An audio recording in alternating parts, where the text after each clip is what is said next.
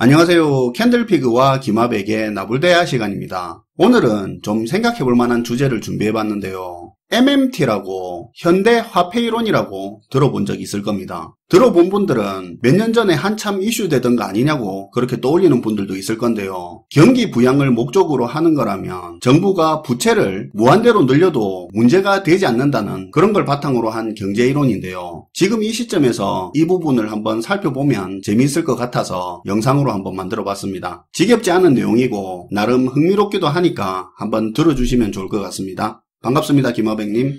네, 안녕하세요. 현대화폐 이론이라고 한때 이 MMT 이론이 수정자본주의나 신자유주의 경제학 같은 그런 기존의 경제 이론을 뒤집는 마치 다음 대안처럼 떠오른 적이 있습니다. 그때 신개념의 경제 이론처럼 불리면서 학계의 경제학자들 입에서도 오르내리고 TV 라디오에서도 한창 힘을 받았던 적이 있었어요. 몇 년 전에 정부가 무제한으로 돈 풀어도 문제가 없다고 해서 당시에 현대화폐 이론에 대해서 찬반 토론도 있고 이슈가 됐던 기억이 있습니다. 네, 당시 워낙 이슈였기 때문에 아마 지금도 기억하시는 분들 제법 있을 거예요. 그때 예전 영상에서 저희가 몇 번 다루기도 했고 사실 이 이론에 대해서 개념적으로 모순점도 있고 현실성이 떨어진다고 해서 그때 비판한 기억도 있습니다. 어쨌든 간단하게 이 MMT 이론이 뭐냐면 정부가 실업자를 없애는 완전고용을 하고 경제성장을 키우는 경기부양이 목적이면 정부 재정이 적자가 나더라도 그냥 무한대로 돈을 풀어도 문제가 없다는 그런 경제이론입니다. 듣자마자 뭔 소린지 의심이 확 가는데요.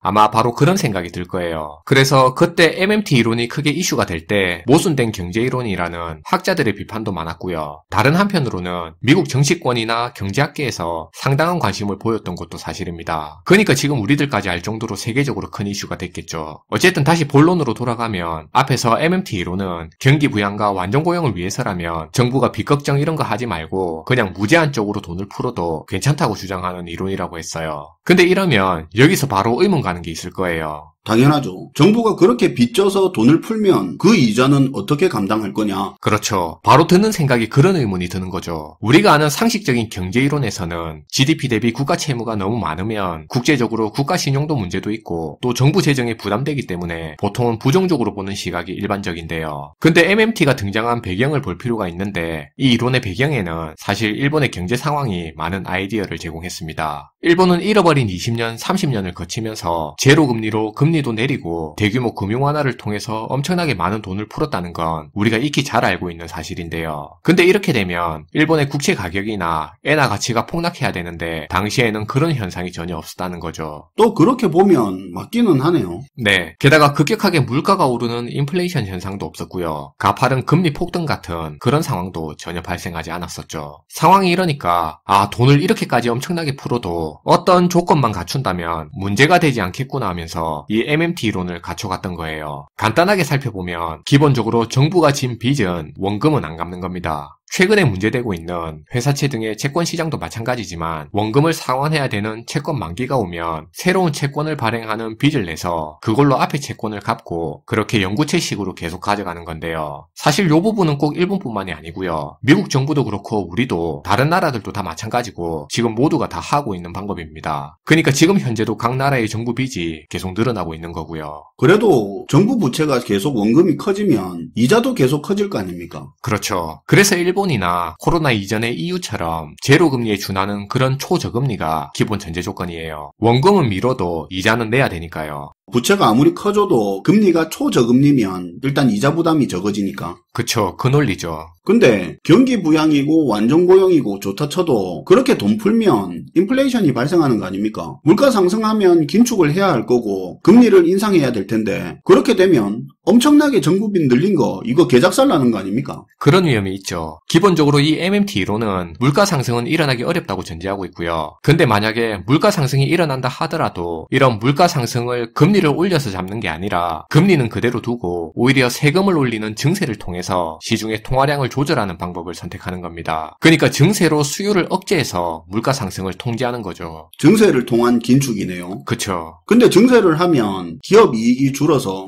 고용이 줄어드는 거고 실업자 늘고 소비 줄 거고 이 실업자들이 세금을 더 내기도 힘들 거 아닙니까? 그런 문제가 생길 수 있죠. 그래서 앞에서 MMT는 완전고용을 추구한다고 했잖아요. 그게 답입니다. MMT에서는 사회적으로 완전 고용이 될 때까지 계속 돈을 풀어서 밀어붙이는 거기 때문에 실업자가 거의 없는 상태인 거죠. 민간 일자리가 부족하면 정부가 돈을 풀고 공공 일자리를 만들어서 실업자들을 수용하게 되고요. 이렇게 소득이 생긴 사람들이 지속적인 소비 활동을 또 하는 거고요. 완전 고용을 목적으로 하는 거니까 정부는 일자리를 만들기 위해서 또 빚을 늘리겠네요. 맞아요. 그렇게 빚이 계속 늘어나는 겁니다. 그럼 정부가 고용을 다 한다는 겁니까? 공기업화시키고? 아니요. 그런 개념은 아니에요. 일반적인 경제체제에서 발생하는 그런 필연적인 실업자들을 정부가 만드는 공공일자리를 제공해서 완전 고용을 만들어가는 거죠. 경기가 안 좋을 때는 이렇게 하다가 또 경기가 좋아지면 민간 기업들이 다시 근로자들을 필요로 하게 되잖아요. 그렇죠. 그렇게 되면 노동시장에서 정부에서 만든 공공일자리하고 민간 일자리가 경쟁하게 되니까 민간 기업은 공공일자리보다 더 높은 임금을 줘야 공공일자리에 있는 사람들을 빼올 수 있는 거고요.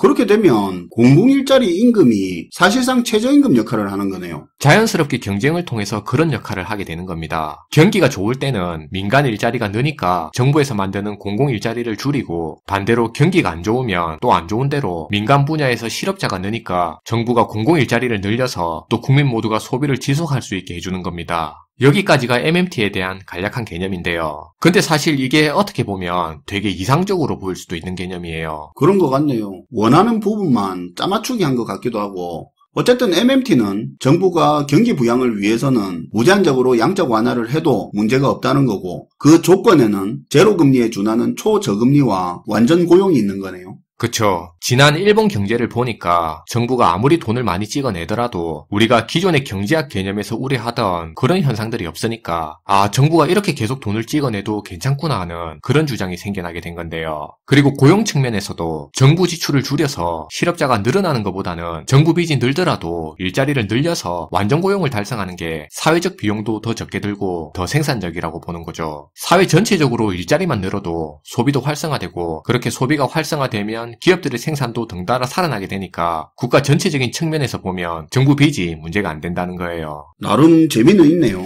자, 근데 이제 재밌는 부분은 지금부터입니다. 제가 앞에서 미국 정치권이나 경제계의 일부 학자들도 이 MMT 이론을 옹호하고 있고 언론에서도 한때 굉장한 이슈가 됐었다고 얘기했잖아요. 근데 혹시 그때가 언젠지 아십니까? 정확히는 모르겠는데 한 2, 3년 전에 라디오에서 정부 부채를 무제한으로 늘려도 문제없다는 말도 많았고 MMT 이야기 자주 나왔던 것 같은데요. 맞아요. 시청자분들도 이 MMT를 검색해보면 금방 아실 건데요. 이게 2019년도에 특히 집중적으로 많이 이슈화 됐다는 겁니다. 이게 재밌는 게 당시 미국의 금리 상황을 보면 흥미로운 부분을 발견할 수 있는데요. 지금부터는 공식적인 내용은 아니고요. 개인적인 생각이고 우리가 재미삼아 듣는 거니까 하나의 의견이나 생각, 가설 정도로만 그렇게 이해하고 봐주시면 좋을 것 같아요. 너무 과몰입하지는 말자는 거죠. 그쵸. 어차피 증명은 안 되는 거니까 그냥 재미삼아 보자는 겁니다. 먼저 화면의 그래프를 한번 볼게요. 미국의 기준금리를 보여주는 그래프인데요. 사실 지금은 많이 까먹었는데 이때 2019년도까지 미국이 기준금리를 한참 올리다가 주춤하던 타이밍이 있습니다. 지금 보는 그래프에서는 금리 인하를 하기 곧 직전이죠. 이때가 언제냐면 2008년에 터진 글로벌 금융위기를 극복한다고 대규모 양적 완화에 푼 돈을 금리 인상을 통해서 시장에서 회수하고 있던 단계입니다. 당시 옐런 연준 의장이 금리 인상을 시작하고 현재 연준 의장인 파월이 취임해서 금리 인상을 이어가던 시기였는데요. 근데 금리 인상 과정에서 미국의 경기 침체가 생각보다 심해지는 겁니다. 그래서 금리 인상을 멈추고 금융위기 때 뿌린 돈들을 회수하지 못한 상황에서 금리 인하로 방향전환을 한 거죠.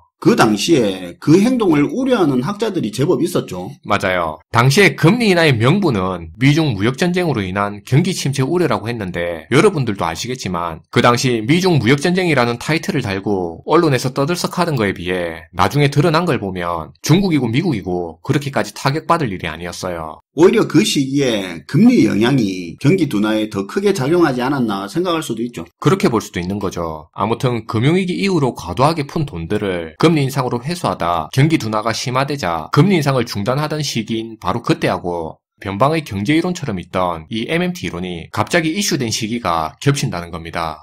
그래서 이런 가설이 나올 수 있는 거네요. 기존 경제이론대로라면 금융위기 때 뿌렸던 돈들을 회수하는 게 당연한 건데 근데 이렇게 금리 계속 올리다간 경기 둔화 심해질 것 같아서 더 진행하기는 사실상 힘든 것 같고 그리고 실제로 그때 뿌렸던 돈 다 회수도 안 됐는데 인플레이션 문제는 전혀 없으니까 진짜 MMT가 웬만큼 먹히지 않을까 생각이 들 수도 있겠네요. 완전한 형태의 MMT는 아니더라도. 그쵸. 여기까지만 보면 사실 약간 억지스러운 부분이 있을 수도 있는데요. 그런데 그 이후에 벌어진 상황을 보면 미국이 정말 실제로 이 MMT를 시도해본 게 아닌가 하는 그런 의심이 들 정도예요. 2019년도에 불거진 경기 둔화를 이유로 앞선 금융위기 때 푼 돈을 거둬들이는 걸 포기하고 금리 인하를 하는 와중에 2020년에 접어들면서 생각지도 못한 코로나가 터지는데 이때부터 정말 말도 안 되는 규모로 돈을 풀게 된 거죠. 다시 화면의 그래프를 보시면 이때 미국의 중앙은행 기업인 미 연준에서 당시 얼마나 많은 돈을 풀었는지 쉽게 확인할 수 있습니다. 상상하기조차 힘들 정도로 역대급의 돈을 풀었었죠. 와, 이건 무슨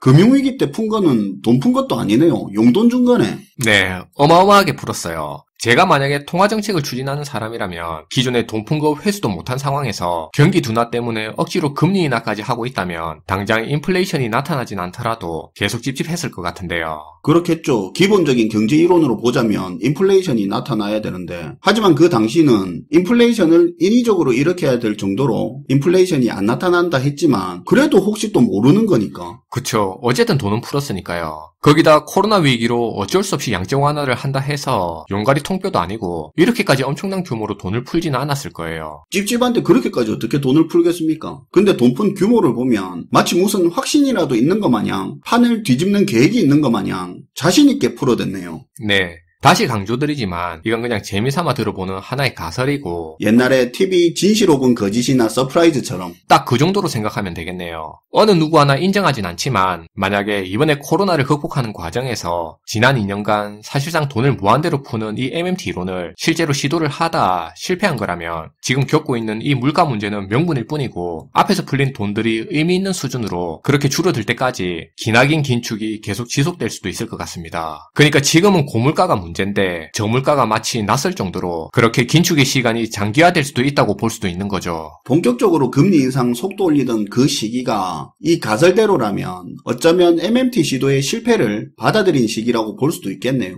물론 이것도 재미로 하는 이야기지만. 네, 지금까지 얘기는 그냥 재미자고 한 가설이고요. 사실 이거와는 별개로 이전에도 말했지만 개인적으로 지금 이 물가 문제의 본질은 지금 겪고 있는 전쟁도 아니고 공급망 위기도 아니고 우리 경제 규모에 비해 너무 과도하게 푼 돈인 풀린 통화량이 근원적인 문제라고 생각합니다. 그래서 물가 잡는 게 결코 만만하지 않을 거라고 보는 거고요. 물가가 안 잡히는 만큼이나 심각한 수준의 불황 말고는 뾰족한 또 방법이 없는 거고요. 그렇죠. 다만 확실한 부분은 전에도 얘기한 것처럼 우리나라의 중앙은행도 마찬가지지만 미 연준도 자기네들이 이렇게까지 돈을 많이 풀어서 지금 이런 상황까지 온 거 그동안에도 인정 안 했지만 앞으로도 절대 인정하지 않을 거라는 거고요. 이렇게 자신들이 돈을 많이 풀어서 생긴 문제라는 걸 인정하지 않더라도 대신에 우린 알고는 있어야겠죠. 근본적으로 지금 겪고 있는 이 인플레 문제는 엄청나게 돈을 풀어서 생긴 문제이기 때문에 물가 상승률 조금 둔화된다고 해서 지금 하고 있는 이 긴축의 방향성을 쉽게 돌리기 어렵고 의미 있는 수준의 자산 가격 하락이나 경기 침체가 오기 전에는 사실 물가 문제도 쉽게 해결하기 힘들 거라고 보는 게 맞을 것 같습니다. 이 부분을 인식하고 있는 것도 정말 중요할 것 같습니다. 네, 오늘도 잘 들었습니다. 김하백님. 네, 감사합니다. 오늘은 과거 MMT에 대한 이야기를 좀 다뤄봤고요. 미국이 MMT를 시도한 거 아닌가 하는 의문이 들 정도로 최근 몇 년간 얼마나 많은 돈을 풀었는지도 확인해봤습니다. 시청해주셔서 감사하고요. 지금까지 나불대화 시간이었습니다.